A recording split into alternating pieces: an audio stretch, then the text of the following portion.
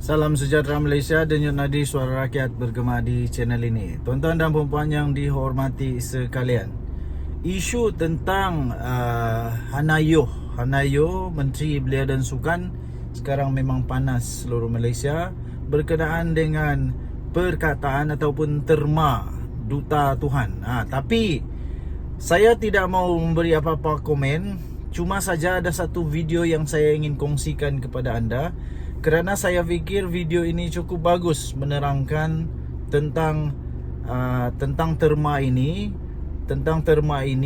dan dapat memberikan pencerahan sebenarnya apa sebenarnya maksud kata itu dalam konteks ketika Hanayo mengatakan Duta Tuhan. Fahamkan dengan baik, semoga kita dapat menjaga keharmonian negara Malaysia. Semoga kita terus dapat sama-sama bertoleransi di dalam negara Malaysia yang majmuk, dan kita sama-sama menjaga perlembagaan negara Malaysia, terutamanya untuk kontrak sosial, menjaga kedaulatan bangsa Melayu, kedaulatan agama Islam dan sebagainya. Jadi saya fikir penerangan ini sangat bagus dan saya minta supaya semua rakyat Malaysia bertenang dan kita sama-sama hadam penjelasan daripada tokoh ini yang saya fikir antara terbaik menjelaskan konteks pada ketika Hanayo mengatakan tentang Duta Tuhan, ya. Jadi ramai yang salah faham tentang perkara itu, ramai yang salah faham sehingga menimbulkan kegusaran dan sebagainya. Tetapi penjelasan daripada abang ni ataupun tokoh ini sangat-sangat bagus dan saya ingin kongsikan kepada anda. Tinggalkan komen anda, denyut nadi suara rakyat bergema di channel ini. Ini dia video dia, saya kongsikan bagi anda. Salam sejahtera Malaysia, denyut nadi suara rakyat bergema di channel ini. Tuan-tuan dan puan-puan yang dihormati sekalian, isu tentang Hanayo, Menteri Belia dan Sukan, sekarang memang panas seluruh Malaysia berkenaan dengan perkataan ataupun terma Duta Tuhan. Tapi saya tidak mau memberi apa-apa komen. Cuma saja ada satu video yang saya ingin kongsikan kepada anda, kerana saya fikir video ini cukup bagus menerangkan tentang terma ini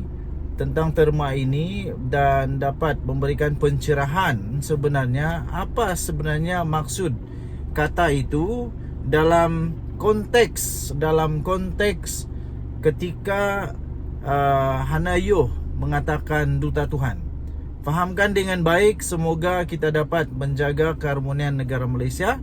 Semoga kita terus dapat sama-sama bertoleransi di dalam negara Malaysia yang majmuk, dan kita sama-sama menjaga perlembagaan negara Malaysia, terutamanya untuk kontrak sosial, menjaga kedaulatan bangsa Melayu, kedaulatan agama Islam dan sebagainya. Jadi saya fikir penerangan ini sangat bagus dan saya minta supaya semua rakyat Malaysia bertenang dan kita sama-sama hadam penjelasan daripada tokoh ini yang saya fikir antara terbaik menjelaskan konteks pada ketika Hanayo mengatakan tentang Duta Tuhan, ya. Jadi ramai yang salah faham tentang perkara itu, ramai yang salah faham sehingga menimbulkan kegusaran dan sebagainya.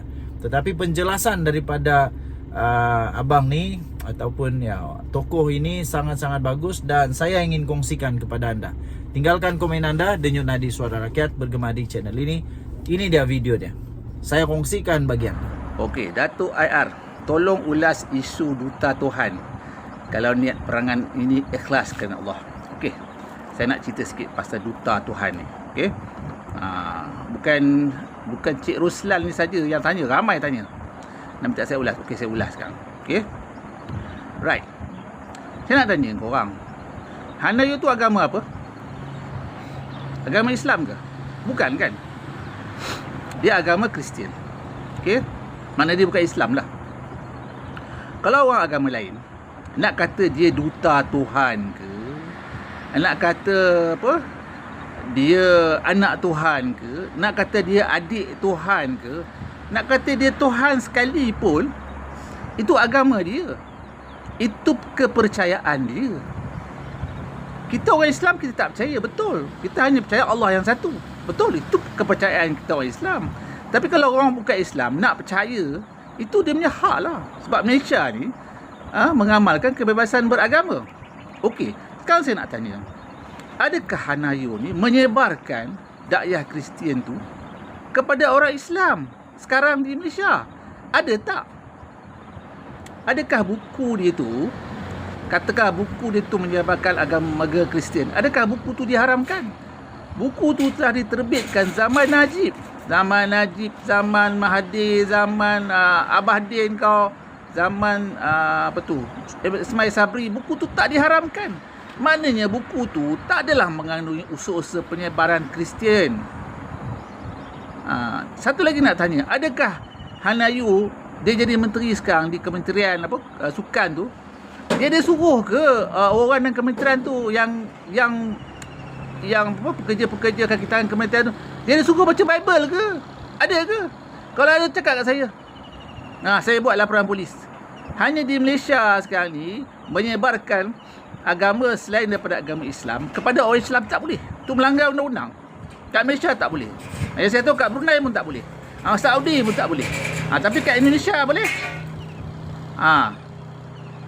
Jadi kalau dia tak menyebarkan Islam atau menyebarkan Kristian kepada orang Islam, apa masalah dia? Dia nak mengamalkan sendiri. Lepas tu dia kata dia duta Tuhan, ambassador of God. Okeylah. Itu Kristian dia punya kepercayaan dalam Kristianiti dia. So apa masalah kepada kita orang Islam ni? Sebab dia PH. Dia menteri DAP. Sekarang saya nak tanya korang, Ronald Kiandi tu yang pernah jadi menteri zaman Perikatan Nasional tu, dia bukan orang Kristian ke? Boleh jadi menteri. So tak ada isu lah orang Kristian nak jadi menteri kat Malaysia. Apa isunya? Inilah masalah walaon, kan? Pening kalau tengok walaon ni. Iman lemah sangat. Okey? Itu saja penerangan saya lah. Asal hayang korang faham lah. Okey? Assalamualaikum warahmatullahi wabarakatuh. Bye-bye.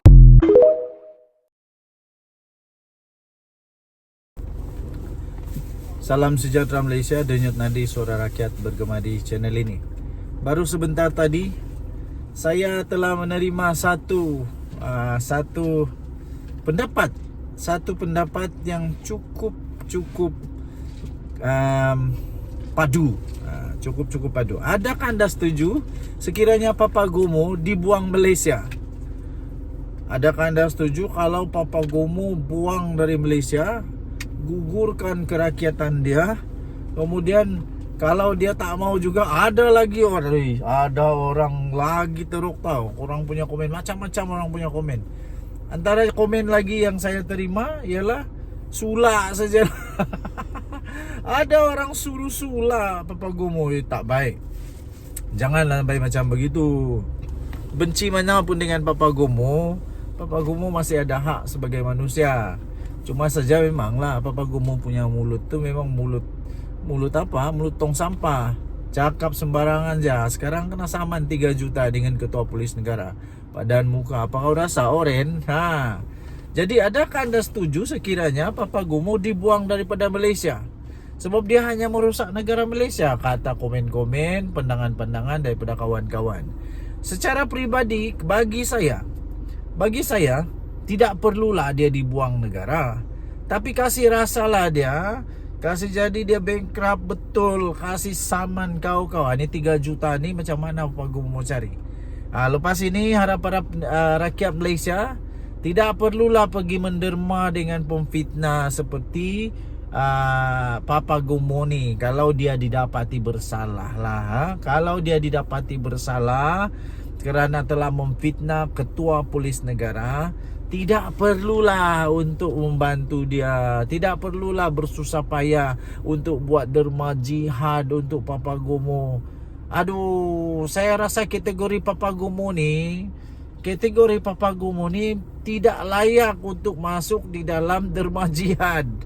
Kategori apa yang dia boleh masuk pula? Risau saja kalau Papagomo yang begini sampah ni, yang pergi kasih pemfitnah ni tiba-tiba dia jadi standard jihad, oi ini teruk lah. Teruk.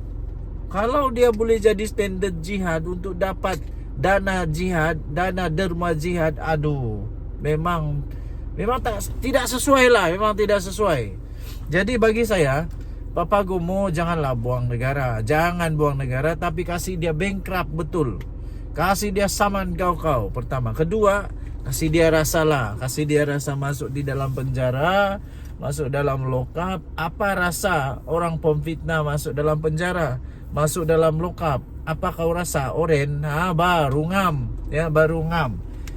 Seterusnya, kalau tidak juga, dia pandai bertobat. Saya pun tidak tahu lagi apa mau buat lah. Mungkin sesuai jugalah selepas. Kalau tidak juga mau bertobat, kita pun tidak tahulah apa lagi mau buat dengan dia. Sebab tidak ada hukuman yang lebih teruk daripada disaman atau dipenjara untuk pemfitnah. Paling kuat pun itu saja.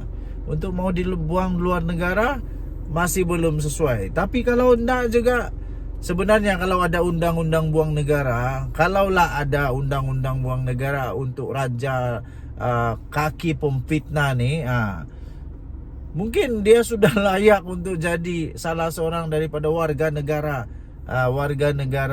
bagi tanah yang bagi mereka yang pemfitnah. Okay. So tinggalkan komen anda, apa pendapat anda pula. Denyut nadi suara rakyat bergema di channel ini. Jangan lupa tekan butang subscribe, like dan share. Bye bye.